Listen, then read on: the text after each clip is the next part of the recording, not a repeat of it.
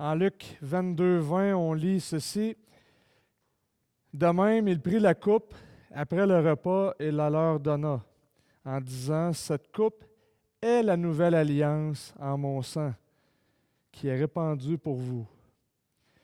Lorsqu'on prend le repas du Seigneur, on amène toutes sortes de réflexions sur la mort de Jésus, le sang, c'était qui Jésus, sa pureté, la sainteté, puis toutes sortes de sujets.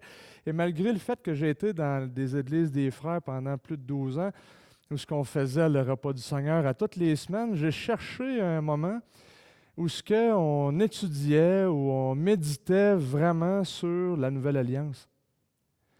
Et c'est un sujet qui est il est beaucoup plus exploité chez les réformés, mais dans les milieux baptistes, dans la culture québécoise, il me semble que c'est comme une donnée qui est... c'est là, mais on n'en parle pas souvent. Et peut-être que je me trompe, là, mais du moins dans mon expérience, c'est ce que j'ai constaté. Et aujourd'hui, ce que j'aimerais faire, c'est vous inviter à une réflexion sur la Nouvelle Alliance. Parce que le Seigneur dit explicitement, cette coupe est la nouvelle alliance en mon sang. Donc, ça nécessite de s'interroger sur la nouvelle alliance. Mais juste avant de commencer, quelques petites réflexions. Premièrement, il faut dire ceci, c'est que c'est une nouvelle alliance. Donc, pour faire simple, ça signifie qu'il y en a une ancienne. Pour faire compliqué, on doit poser la question, c'est quoi la relation entre les deux? Est-ce que ce qui est ancien arrête complètement ou il y a encore des continuités entre l'ancienne puis la nouvelle? Deuxième chose, c'est qu'il faut reconnaître qu'il y a plusieurs points de vue différents sur les alliances. Et selon votre système d'interprétation théologique et d'interprétation des Écritures que vous avez, mais vous allez probablement mettre de l'emphase sur soit ce qui est arrêté, donc les discontinuités, ou les continuités, ce qui continue entre les deux alliances. Et vraisemblablement, quand on lit des commentateurs, et c'est teinté d'une de ces deux positions-là. Donc, ça veut dire que probablement qu'on va ressortir d'ici, pas tout le monde d'accord sur ce sujet-là. Mais mon objectif, c'est vraiment pas de rentrer dans des débats théologiques sur qui a raison, pas raison, puis comment on comprend tous les détails de ça. Mais ce que j'aimerais faire, c'est mettre l'emphase dans le texte où ce que le texte met de l'emphase. Et que vous soyez d'accord ou non avec moi, mon désir, c'est qu'en fin de compte, c'est pas que vous soyez d'accord ou non avec moi, mais que vous soyez d'accord ou non avec ce que le texte biblique dit. Et il y a des éléments, il me semble, centrales qu'on doit, malgré toutes les divergences d'opinion sur ce sujet-là. Et je vous invite à tourner dans Hébreux chapitre 8, qui va être notre pierre de... pas notre pierre d'achoppement, mais notre rampe de lancement. Et on va lire à partir du verset 6 jusqu'à 13. Mais maintenant, et là, je vous suggère, avant de se lancer, parce qu'on va voir que l'auteur de cette lettre va citer le prophète Jérémie. Et en fait, c'est la plus longue citation que le Nouveau Testament a, et c'est Jérémie 31. Et je vous suggère très fortement de ne pas avoir un téléphone cellulaire avec une Bible, mais d'avoir une Bible en papier, parce que vous allez voir que, dans le fond, je veux que vous voyez la perspective, parce qu'il y a des promesses, il y a un paquet d'éléments, mais sur un téléphone, il me semble qu'on ne les voit pas. Tandis que quand on a tout le texte, on voit en avant de nous autres le texte en entier, et il y a des éléments qui ressortent dans ce texte. Il y a des liens qui sont un petit peu plus évidents quand on a tout le texte en face de nous. Mais maintenant, Christ a obtenu un ministère d'autant supérieur qu'il est médiateur d'une alliance meilleure fondée sur de meilleures promesses.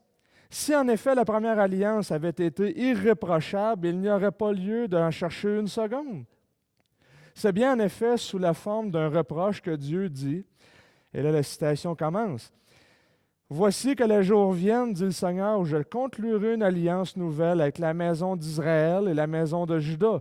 Ce ne sera pas comme l'alliance que j'ai traitée avec leur père, le jour où je les ai pris par la main pour les faire sortir du pays d'Égypte. Puisqu'eux-mêmes n'ont pas persévéré dans mon alliance, moi aussi je ne me suis pas soucié d'eux, dit le Seigneur. Or, voici l'alliance que j'établirai avec la maison d'Israël. Après ces jours-là, dit le Seigneur, je mettrai mes lois dans leur intelligence. Je les inscrirai aussi dans leur cœur.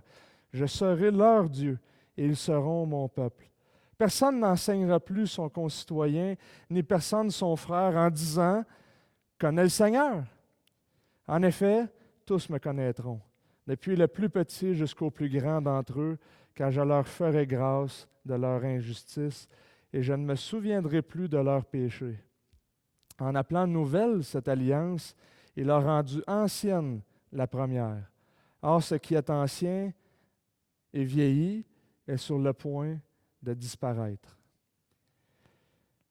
L'auteur veut nous, pour faire vraiment un résumé, l'auteur cherche à établir la supériorité de la nouvelle alliance par rapport à l'ancienne. Et on connaît que l'ancienne alliance, c'est l'alliance qu'on voit avec Moïse. Et d'ailleurs, même Jérémie va donner le contexte où il a pris les Israélites par la main, il les a fait sortir du pays d'Égypte, il a donné sa loi, les tables de loi, il a donné les commandements, puis il a éduqué son peuple dans ses commandements. Et il a fait une alliance au mont Sinaï avec le peuple. Et malheureusement, le peuple n'a pas suivi ni respecté cette alliance-là. Et donc, ça pointait vers une nouvelle alliance. Et l'auteur veut nous démontrer qu'en fin de compte, la première alliance n'était pas irréprochable. Et ça pointait vers une autre alliance. Et le terme « nouvelle », c'est une citation de Jérémie qui signifie que l'ancien est rendu obsolète, c'est passé. D'ailleurs, c'est le dernier verset. En appelant nouvelle cette alliance, il a rendu ancienne l'autre. Or, ce qui est ancien, vieilli, est sur le point de disparaître. Donc, c'est passé. Donc, l'introduction de la citation, la fin de la citation de Jérémie, l'auteur veut souligner ces deux choses-là. Donc, elle n'était pas irréprochable. Donc, elle n'a pas été accomplie comme il faut, correctement, par le peuple. Il fallait qu'elle le soit. Mais ça pointe vers une nouvelle. Il faut quand même aller voir, parce qu'on allait voir la citation de Jérémie. Parce que Jérémie, c'est le seul texte dans l'Ancien Testament où il y a le mot « nouvelle » connecté avec « alliance ». Et ça, c'est intéressant. Et c'est donc une bonne place pour commencer notre étude sur la Nouvelle Alliance, à cause que l'auteur aux Hébreux veut appuyer la supériorité de Jésus, de ce qu'il a fait, en démontrant la supériorité de cette nouvelle alliance-là, et qui est basée sur des meilleures promesses. Et souvent, quand on lit le texte de Jérémie sur la nouvelle alliance, on a tendance à commencer au verset 31. Parce que la citation elle commence au verset 31. Mais il est peut-être mieux de commencer 2 versets plus haut, parce que ça nous fournit le contexte de ce que Jérémie veut nous amener. Alors, je vous invite à lire dans Jérémie 31, à partir du verset 29. En ces jours-là, on ne dira plus « Les pères ont mangé des raisins verts et les dents des fils sont agacées. » Mais chacun mourra pour sa propre faute. Tout homme qui mangera des raisins verts aura les dents agacées. Voici que les jours viennent où je conclurai avec la maison d'Israël et la maison de Juda une alliance nouvelle, non comme l'alliance que j'ai conclue avec leur père le jour où je les ai saisis par la main pour les faire sortir du pays d'Égypte, alliance qu'ils ont rompue, quoique je sois leur maître. Mais voici l'alliance que je conclurai avec la maison d'Israël. Après ces jours-là, je mettrai ma loi au-dedans d'eux, je l'écrirai sur leur cœur, je serai leur Dieu et ils seront mon peuple. Celui-ci n'enseignera plus son prochain, ni celui-là son frère, en disant « Connaissez l'Éternel, car tous me connaîtront, depuis le plus petit d'entre eux jusqu'au plus grand, car je pardonnerai leurs fautes et je ne me souviendrai plus de leurs péchés. On va arrêter là parce que la citation arrête là, mais ça continue. Il y a des promesses qui sont mentionnées jusqu'au verset 40. On va les résumer un petit peu tantôt. Mais le verset 29 nous donne une image pour comprendre la différence qu'il y a entre la nouvelle alliance et l'ancienne alliance. Et l'expression qu'on trouve au verset 29, les pères ont mangé des raisins verts et les dents des fils sont agacées, ça revient seulement 2 fois dans les Écritures, ici en Ézéchiel 18, et ils n'ont pas le même sens. Donc, ici, Jérémie veut rendre clair que cette expression-là équivaut à canceller. Jérémie souligne, et il le dit, en ces jours-là, on ne dira plus. Avant, on disait des choses, mais il va venir un temps où on ne dira plus ces choses-là. Et Jérémie souligne ça. Autrefois, on disait ça, mais maintenant, on ne dira plus ça. Et ça nous donne une image de ce qu'on trouve entre l'ancienne alliance et maintenant dans la nouvelle. Et si on passe à côté de ça, dans le fond, ces 2 petits bouts de versets-là veulent nous l'illustrer avec une image. On disait ceci, mais maintenant, on ne disait pas ça. Et on va regarder cette image.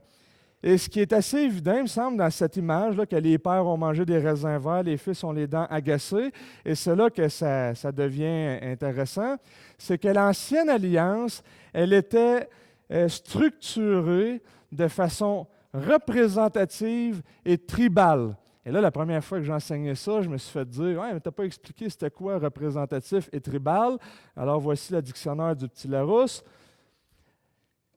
L'ancienne alliance qu'on voit avec Moïse, c'était représentatif. Les prophètes, les rois, les prêtres, c'était des médiateurs de Dieu envers les hommes et des hommes envers Dieu. Peut-être que l'image la plus proche de nous aujourd'hui, c'est les curés ou les prêtres dans les églises catholiques, où on va se confesser là, puis là, lui sert d'intermédiaire pour intercéder à nous, ou bon, quelque chose comme ça. Et c'est peut-être l'image la plus proche qu'on peut trouver de nous, mais l'ancienne alliance était structurée comme ça, mais avec des prophètes, des rois, des prêtres qui étaient des médiateurs pour le peuple. Et tribal, c'est que c'était lié aux tribus d'Israël. Les 12 fils de Jacob avec le Benjamin, la tribu de Dan, donc les 12 fils qui deviennent les 12 tribus d'Israël. Et chaque tribu avait différentes fonctions. La tribu de Lévi, c'était les sacrifices. La royauté viendrait par Juda, puis bon, la louange par tel autre. Et donc, c'était structuré autour des tribus d'Israël.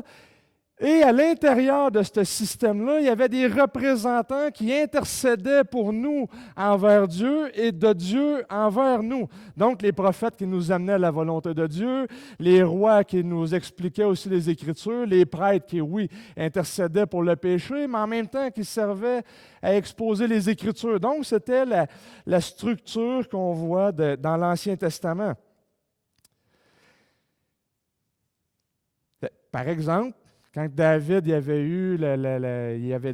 avait dit de ne pas compter le peuple, et lui il avait décidé de compter le peuple, alors là, il y a un jugement qui est tombé sur toute la nation. Pourquoi? Parce que David était le représentant pour toute la nation. D'ailleurs, Jésus même s'est présenté aux responsables juifs.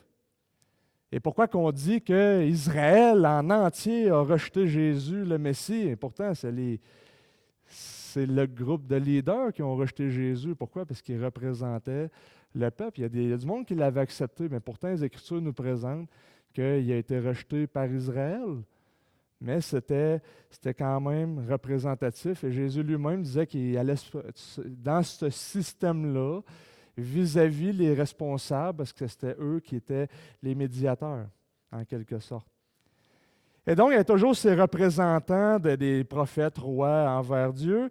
Et la nature de cette alliance-là était représentative et tribale. Mais un jour va venir où on ne dira plus « les pères ont mangé et les dents des fils sont agacées », mais chacun mourra pour sa propre faute. Donc, il n'y aura plus et cette image nous parle que cette structure-là va être transformée. Ou ce que si quelqu'un pêche, on sera jugé. Et ça ne sera plus représentatif du prophète qui pêche, et que là, toute la nation reçoit un jugement, mais chacun va mourir pour sa faute. Et là, il n'est pas en train de dire que si quelqu'un pêche parce qu'il bat son enfant, qu'il n'y aura plus de conséquences sur les enfants ou les générations qui vont venir. C'est pas ça que c'est en train de parler, parce que Jérémie veut établir la différence entre l'alliance dans laquelle il vit, que nous, on appelle ancienne, parce que lui, il vit dedans, mais cette nouvelle alliance qui va venir et qui va mettre fin à l'alliance dans laquelle Jérémie prend part. Et ça, ça prend la grâce de Dieu. Et ce passage parle plutôt de cette structure de l'ancienne alliance, qui est plus basée sur les tribus, mais qui va être un petit peu plus individuelle, parce que chacun va mourir pour sa propre faute. En plus, le prophète Jérémie nous dit, bon, alors oui, le roi représente, le prophète nous représente, le prêtre représente, mais dans cette nouvelle alliance, il n'y a personne qui va pouvoir dire « Ainsi parle l'Éternel ». Ça, c'est intéressant. Pourquoi? Les prêtres avaient comme tâche de prendre les Écritures, d'ouvrir les Écritures, de l'exposer au peuple et de l'expliquer, de donner les explications. Et c'était une façon de dire en même temps « Connaissez l'Éternel ». Mais le roi avait ce rôle-là aussi, et le prophète aussi avait ce rôle-là. Mais un jour, Jérémie nous dit, on ne dira plus. Et là, il va y avoir une nouvelle alliance qui va arriver. Et ça pose une question sur justement la structure de ces alliances-là. Donc, à date, vous me suivez, c'est qu'avant, on disait ça, maintenant, on ne dit plus ça. Et là, on va regarder un peu c'est quoi les... Et la question qu'il faut poser, nécessaire à poser, c'est quoi ces différences-là? Qu'est-ce qui change et pourquoi ça change? Alors, je vous mets le texte. C'est quoi les différences entre les deux alliances? Alors, verset 33 nous dit, « Mais voici l'alliance que je conclurai avec la maison d'Israël après ces jours-là. Je mettrai ma loi au-dedans d'eux, je l'écrirai sur leur cœur, je serai leur Dieu et ils seront mon peuple. Celui-ci n'enseignera plus son prochain, ni celui-là son frère, en disant, « Connaissez l'Éternel. » Donc, ici au verset 33 et la moitié du verset 34, Jérémie va détailler la différence qui existe entre l'alliance avec Moïse et la nouvelle alliance qui pour Jérémie était future. Et j'ai souligné ce que Jérémie met en évidence et ce que l'auteur de l'Épître aux Hébreux va mettre en évidence, parce qu'il cite ce passage-là en entier et il veut attirer l'attention sur ces choses-là, parce qu'il est en train de dire qu'elle est basée, l'auteur des Hébreux dit, elle est basée sur des meilleures promesses. Quelles promesses? Ceux-là. Et il est nomme.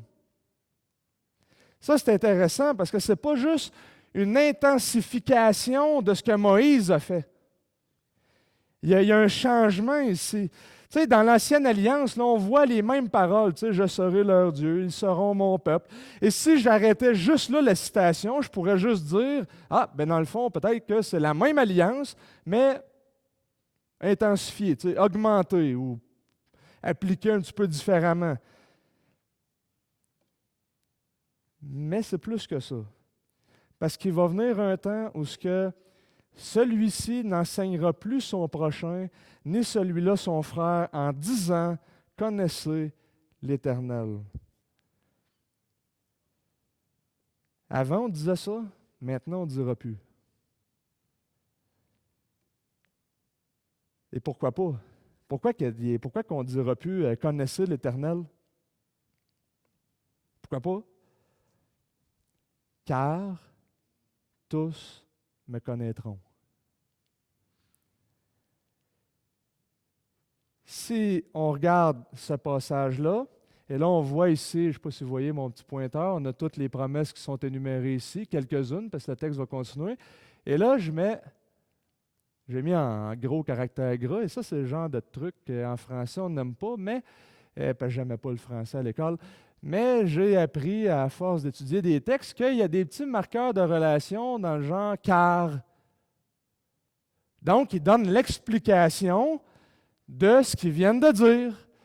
Donc, pourquoi que ceux-ci n'enseigneront plus leur prochain en disant « Connaissez l'Éternel » ?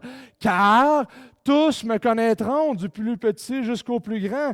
Et la citation, ligne après ligne, démontre qu'on n'a plus besoin de ces représentants, ces prêtres, ces rois, ces prophètes, qui vont intercéder et qui vont dire « Pour nous, il faut que vous connaissiez l'Éternel ». Parce qu'ils sont médiateurs pour nous envers Dieu et de Dieu pour nous. On n'aura plus besoin. Pourquoi? Parce qu'on va tous connaître Dieu. Tous me connaîtront. Alors, vous voyez le lien entre l'Ancienne Alliance, il y avait ces personnes qui intercédaient pour nous face à Dieu. Et là, on n'a plus besoin dans la Nouvelle Alliance parce qu'on va tous connaître Dieu. C'est plus basé sur des représentants. Et juste pour cette raison-là, c'est une raison suffisante de ne pas être catholique, ou mormon, ou nommer certains mouvements charismatiques. Et d'ailleurs, je vous ai mis une petite vidéo. On pense des fois que ce n'est pas d'actualité, mais au mois d'août, regardez mon petit vidéo, ça dure une quarantaine de secondes. Là.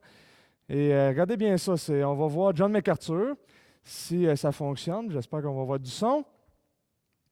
Et ça, c'est cette année. Cette année, en 2015, à l'été 2015, il y a quelqu'un qui s'est présenté dans l'église de MacArthur.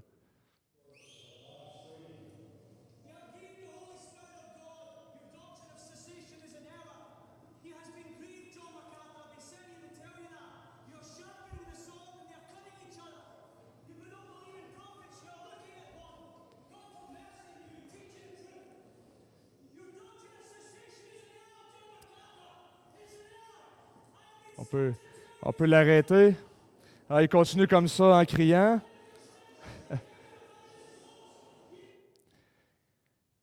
Et dans le fond, en plein milieu d'une prédication, il y a un prophète autoproclamé qui s'est présenté, qui s'est mis à siffler après John MacArthur. Ça, c'est au mois d'août qui vient de passer. Et là, il a commencé à accuser John MacArthur là, d'abolir les prophètes, là, puis que tous les dons spirituels, là, que c'était arrêté. Puis il a commencé à l'accuser de fausse doctrine dans l'Église, en avant de tout le monde. Ça a été filmé, ça a semé tout un débat dans les églises. Et donc, à ce moment-là, mais sur la base de notre texte, on peut dire que pauvre monsieur, mais il se trompe. Je n'ai plus besoin de lui qui intercède en faveur, en partie, je peux dire qu'il se trompe. Là, je ne connais pas la théologie de tous les messieurs. Là, on l'a vu pendant 40 secondes, là, mais c'est encore dans nos églises. C'est encore là. Et donc, est-ce que Jérémie a vu l'abolition des enseignants? Si oui, qu'est-ce que je fais ici? Il n'y a plus personne qui va enseigner. Alors, je ne pense pas que c'est ça qui est en vue ici. Ce qu'il est en train de dire, c'est que la connaissance de Dieu ne passera plus par une espèce d'intermédiaire qui a une révélation spéciale et qui va dire au peuple, dans un sens, connaissez l'Éternel. On n'aura plus besoin de cette personne-là avec une certaine révélation. Pourquoi? Parce que tous connaîtront l'Éternel. De la mère au foyer jusqu'aux docteurs en physique nucléaire qui vont avoir accepté le Seigneur. Il y a quelqu'un qui disait que chaque chrétien, puis il voulait donner une image, c'est une image, mais c'est un pape avec une Bible en main. Parce qu'on a tous accès à Dieu. On a tous accès à Dieu, tous me connaîtront. Ça, c'est une différence notable avec la Nouvelle Alliance. Et ça, bien, ça a des implications pour les catholiques avec tout le système de prêtres, les mormons avec tout un système de prophètes, puis les Branham, puis d'autres. Il y a certains mouvements charismatiques, on vient d'en voir un, où que plusieurs personnes se réclament d'être des prophètes avec cette espèce d'intermédiaire entre Dieu et nous autres. Puis il y a on va dans n'importe quelle librairie, là, aller dans la section ésotérisme, là, puis il y a toujours un livre en quelque part là, de quelqu'un qui a visité le ciel ou qui vient nous dire c'est quoi la volonté de Dieu pour nous autres ou la volonté des anges. Mais la Bible dit clairement que en fait, l'auteur des Hébreux va connecter Jésus, là, on s'en va là, mais à partir de la nouvelle alliance, c'est fini. C'est fini. J'ai plus besoin de pourquoi? Parce qu'on va connaître Dieu. Il y a d'autres images dans le Nouveau Testament qui nous parlent des enseignants, par exemple, celui d'un corps. Dans le Nouveau Testament, pour parler des enseignants, la Bible va parler d'un corps. Et dans la mesure où vous comprenez que je suis simplement un estomac, je perds toute crédibilité, moi, je bouffe de la nourriture puis je vous la donne. C'est ça. C'est mon rôle dans le corps de l'Église, c'est ça. Je suis un estomac. Je reçois puis moi, je vous donne. Et c'est d'autres images qui sont apportées dans le Nouveau Testament. Et dans un sens, on est tous prophètes, rois puis prêtres, dans un sens. Par exemple, dans Apocalypse 1,6, ce qui nous dit que le Seigneur a racheté, où ce que tout le monde, nous faisons partie d'une communauté, nous sommes tous prêtres. Donc, dans un sens, je suis prêtre et vous êtes prêtre. Mais je ne suis pas prêtre dans un sens où ce que vous ne pouvez pas être prêtre, parce que je ne peux pas vous amener une certaine connaissance que vous ne pouvez pas avoir, parce que tous connaîtront l'Éternel. Joël va appliquer la notion de prophète à tous les croyants. Dans un sens, on est tous des prophètes et on va régner dans 2 Timothée. Et donc les images reviennent, mais vous ne régnerez pas dans un sens où ce que je ne régnerai pas. Pourquoi? Parce que tous connaîtront. Et comment ça se passe dans le Nouveau Testament pour mettre ça concret? Parce que le Nouveau Testament va reprendre cette idée-là. 1 Jean 2, 26. « Je vous ai écrit ceci au sujet de ceux qui vous séduisent. » Donc, Jean veut nous prémunir contre les faux enseignants. Mais on en a vu un. Et là, on voit que ça peut rentrer dans les églises. « Pour vous, l'onction que vous avez reçue de lui demeure en vous. » Il y a une connexion avec le Saint-Esprit évidente, puis notre texte sur la Nouvelle Alliance fait une connexion avec le Saint-Esprit aussi. Et vous n'avez pas besoin qu'on vous enseigne, mais comme son onction vous enseigne toute chose, qu'elle est véritable et qu'elle n'est pas un mensonge, demeurez en lui comme elle vous l'a enseigné. Vous n'avez plus besoin qu'on vous enseigne. Donc, il y a des commentateurs qui vont dire que, dans le fond, Jean est un peu hypocrite et orgueilleux, parce que, dans le fond, il dit, on n'a pas besoin de vous enseigner. Mais qu'est-ce que Jean est en train de faire? Il est en train de les enseigner. Donc, ce que Jean voudrait dire, c'est que vous n'avez pas besoin qu'on vous enseigne en autant que moi, je puisse vous enseigner, par exemple. Donc, Jean est un peu orgueilleux et surtout hypocrite. Évidemment, je ne suis pas d'accord avec cette position-là, cette interprétation-là. Et le point, ce n'est pas qu'on ne peut pas enseigner les autres. Puis Jean n'a pas peur que d'autres enseignent d'autres. Il va établir des anciens dans les églises, puis il lui-même va enseigner.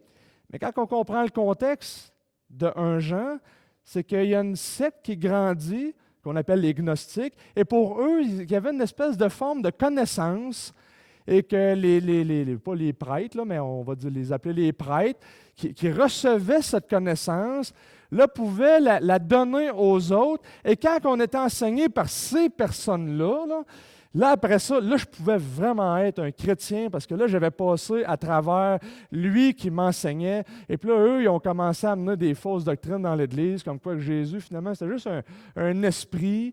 Il n'était pas vraiment ressuscité physiquement. Et c'est pour ça que dans Jean va mettre beaucoup d'emphase sur le fait que, non, Jésus, il était un corps.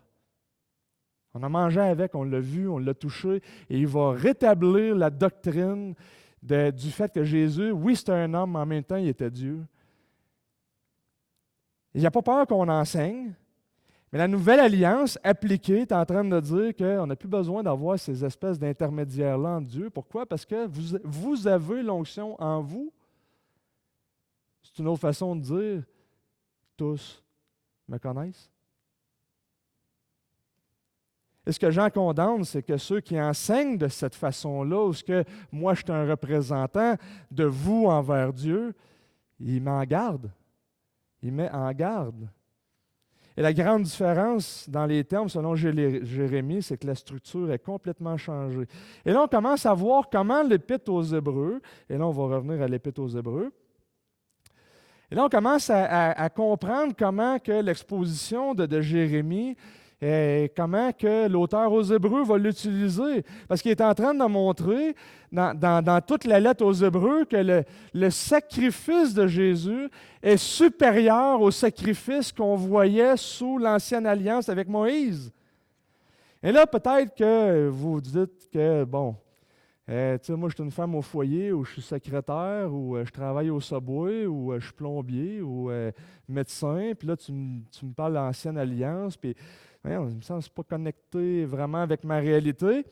Mais sachez ceci, c'est que c'est de savoir ça, là, premièrement, bien, le Nouveau Testament nous dit ça, c'est une façon de nous garder des faux enseignants. Pourquoi? Car tous peuvent connaître Dieu. Il n'y a pas une personne qui peut arriver et dire « Ah, toi, il te manque de connaissances parce que tu n'as pas été voir tel gourou ou telle personne. » Puis, tu sais, on donne toujours des images extrêmes, mais c'est toujours plus subtil que ça. Tu sais, Paul, combien de fois qu'il disait dans ses lettres, là, regarde, mettez-le dehors, parce que même que moi j'arrive, là, moi, si vous ne le faites pas, moi le faire. Et pourtant, il continuait à enseigner là, tu sais, fait qu'il devait avoir quelque chose de quand même appétissant pour qu'il le garde là, puis que ce ne soit pas si évident que ça.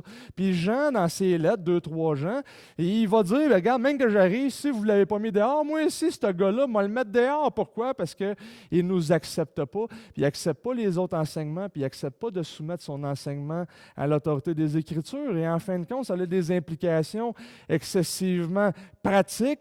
Pourquoi? L'éducation de vos enfants. Combien de personnes vont se présenter en disant « Ah, écoute, là, c'est plus subtil parce qu'on n'est pas dans un monde... » on dit qu'on n'est pas dans un monde super religieux, mais là, si tu n'as pas fait 8 formations en sciences, si tu n'as pas une maîtrise, un doctorat, puis une affaire en physique nucléaire, tu ne peux pas vraiment comprendre le sens de la vie. Avez-vous remarqué que dans les dernières années, on demande le sens de la vie à tous ceux qui ont une maîtrise ou un doctorat?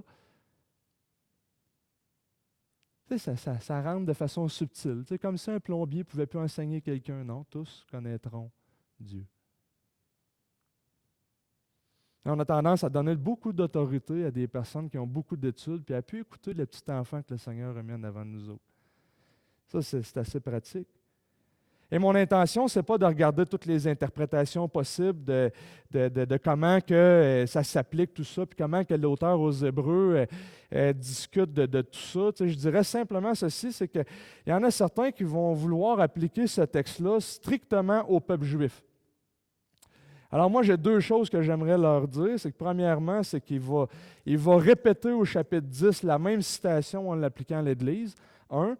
2, c'est que Jésus dit « Cette coupe est la nouvelle alliance ». Donc, il faut au moins admettre qu'il y a quelque chose d'inauguré, de débuté dans l'Église, mais qui ne sera pas strictement pour les Juifs dans un futur lointain. Et l'auteur aux Hébreux semble l'appliquer à la vie de l'Église directement. Et pourquoi que ça, c'est important? Puis en plus de ça, ce qui est intéressant de considérer ça, c'est qu'il me semble que, pour ma part, c'est que ça rend crédible les Écritures.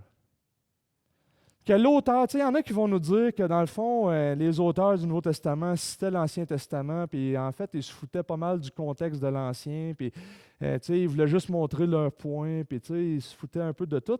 Mais en même temps, ici, l'auteur aux Hébreux est extrêmement perspicace en prenant la citation et en l'appliquant by the book par le contexte que Jérémie lui-même apporte. Et là, ce qu'on est en train de voir quand on étudie les citations de l'Ancien dans le Nouveau, c'est qu'on est en train de voir en réalité comment que Dieu accomplit les promesses qu'il a faites. Comment que Dieu met en place son plan pour sauver le monde. Et en fin de compte, il est en train de nous dire dans le texte d'Hébreu, il va y avoir une nouvelle alliance. Et cette alliance est déjà arrivée à cause de Jésus. Et cette alliance-là, en fin de compte, elle est... Marche-tu ça? Elle est supérieure. Ça ne marche pas. On peut changer de diapo. Vive la technologie. C'est pour ça que je ne fais pas de PowerPoint d'habitude. On peut changer de diapo, sinon on ferme tous les livres. Alors, une alliance supérieure. Et je vais donner simplement 2 raisons pour lesquelles cette alliance est supérieure. La première, marche-tu? C'est qu'elle est fondée sur de meilleures promesses. C'est quoi les promesses que Dieu fait? Alors, je vous ai dressé la liste. Il y a une promesse de réconciliation avec Dieu en Jérémie 31, 31.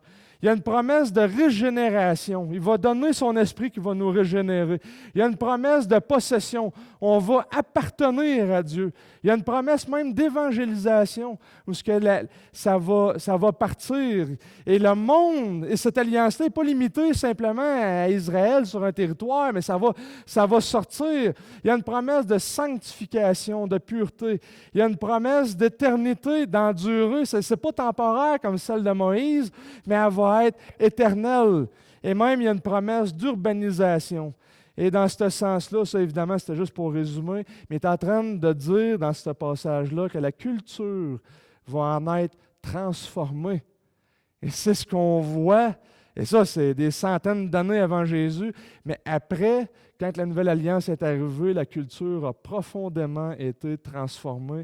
Et Jérémie parlait de ça. Et en plus, toutes ces promesses-là, il faut aussi voir la pensée de l'auteur. Et là, je vous ai résumé la pensée de l'auteur et la ligne de pensée de l'auteur. Premièrement, l'auteur Hébreu veut nous montrer que Jésus est supérieur aux anges, chapitre 1 et 2. Ensuite, il veut nous montrer que Jésus est supérieur à Moïse, à Josué, puis même à tout ce système de sacrificateurs-là, du chapitre 3 au chapitre 7. Et enfin, il arrive au chapitre 8, puis il commence ceci. « Or, voici le point capital de ce que nous disons. Nous avons un souverain sacrificateur qui s'est assis à la droite du trône de la majesté divine dans les lieux célestes. Il est ministre du sanctuaire et du véritable tabernacle dressé par le Seigneur et non par un homme. » Maintenant, on a quelque chose de supérieur à tout ce qu'on a vu avant. Et là, souvent, on va dire que ce qui est littéral, c'est ce qu'on voit, puis ce qui est spirituel, ça, c'est dans le ciel. Et le texte ici, là, défi pour votre interprétation littérale, c'est que c'est complètement l'inverse. Ce qui est vrai, c'est ce qui est dans le ciel, et ce qu'on voit avec Moïse, c'était l'image. Et Jésus amène une réalité plus grande que ce qu'on a vu avec Moïse, à cause qui est plus grand. Et pourquoi qui est plus grand? 7,26, c'est bien un tel souverain sacrificateur qui nous convenait, saint, innocent, immaculé, séparé des pécheurs et plus élevé que les cieux. Le point, c'est que Jésus est digne de remplir les conditions pour établir la nouvelle alliance. 2, c'est qu'il est assez puissant pour la faire. Puis toutes ces promesses-là, l'auteur hébreu nous dit, ça passe par Jésus. Ça passe par la croix. Autrement dit, on peut dès maintenant voir et savourer Jésus dans notre vie. Et c'est supérieur pour une autre raison. Parce que c'est une alliance de grâce. Tu sais, péché, ce n'est pas seulement un acte, c'est une intention. Je fais des péchés parce que je suis pécheur. Et l'ancienne alliance finit avec une malédiction. Personne n'a été capable de l'accomplir, ça finit avec un jugement.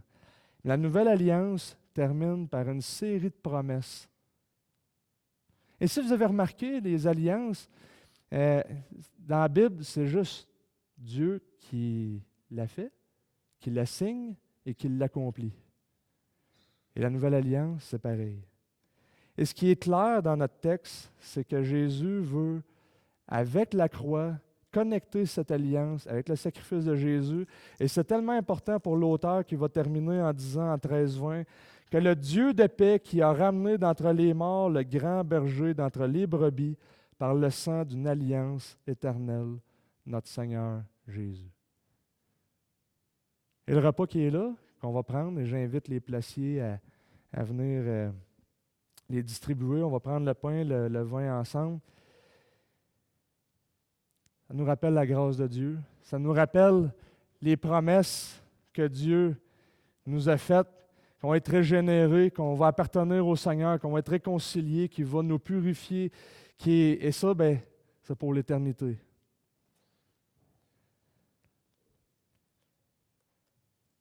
Thomas Boston disait,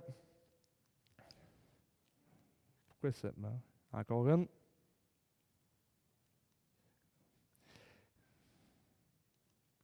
Ce qui reste pour les pécheurs, qu'est-ce qui nous reste à nous autres? Dieu fait l'alliance. Ce qui reste pour les pécheurs, pour qu'ils puissent vivre dans l'alliance avec Dieu de façon personnelle et pour être sauvés, ce n'est pas comme une partie syndicale, ça c'est nous autres, ou du côté de Dieu, les actionnaires, de faire une alliance avec lui pour la vie et le salut, mais de saisir l'alliance par Dieu, faite depuis l'éternité entre le Père et le Fils, le deuxième Adam, qui est révélé à nous et offert à nous par l'Évangile. Autrement dit, il est en train de dire qu'on ne peut pas rien faire. C'est Dieu qui le fait. Et ça, c'est exprimé majestueusement par l'Évangile. Et le repas qu'on va prendre nous rappelle cette alliance. Cette coupe est l'alliance en mon sang. Et c'est connecté avec la mort, la résurrection de Jésus. C'est connecté avec les promesses, parce que c'est des promesses qui sont plus grandes. C'est des promesses qui sont meilleures et qui ne terminent pas. Et on a tendance à finir toujours nos prédications par une série de « qu'est-ce qu'il faut que je fasse dans ma semaine pour mettre en application? » Et il me semble qu'il y a juste une chose qu'on peut faire, c'est croire. C'est ça la foi. Dieu qui fait des promesses, qui les accomplit lui-même, puis il nous demande juste de croire. Prions. Seigneur Dieu, merci pour ce pain qui nous rappelle ton corps brisé. Et cette coupe qui nous rappelle le sang. Et tu nous dis très clairement que c'est le sang de cette alliance. Exposé au monde à travers la croix, ton sang qui a coulé, et approuvé par la résurrection de notre grand berger. C'est notre berger. Et on veut prendre ce pain et cette coupe aujourd'hui en mémoire de ce que tu as fait pour nous. Et malgré que des fois on étudie des textes puis c'est compliqué, il y a des petits détails et tout ça, l'important, Seigneur, c'est que tu nous dis qu'on va vivre par toute parole qui sort de ta bouche et on veut saisir ces promesses pour en être transformés. En être transformés de l'intérieur, que ça puisse augmenter notre appréciation de l'Évangile, que ça puisse augmenter notre appréciation de ta personne et qu'on puisse te glorifier mieux à cause qu'on va t'apprécier plus. Produis ces choses, ces changements en nous, à cause de Jésus.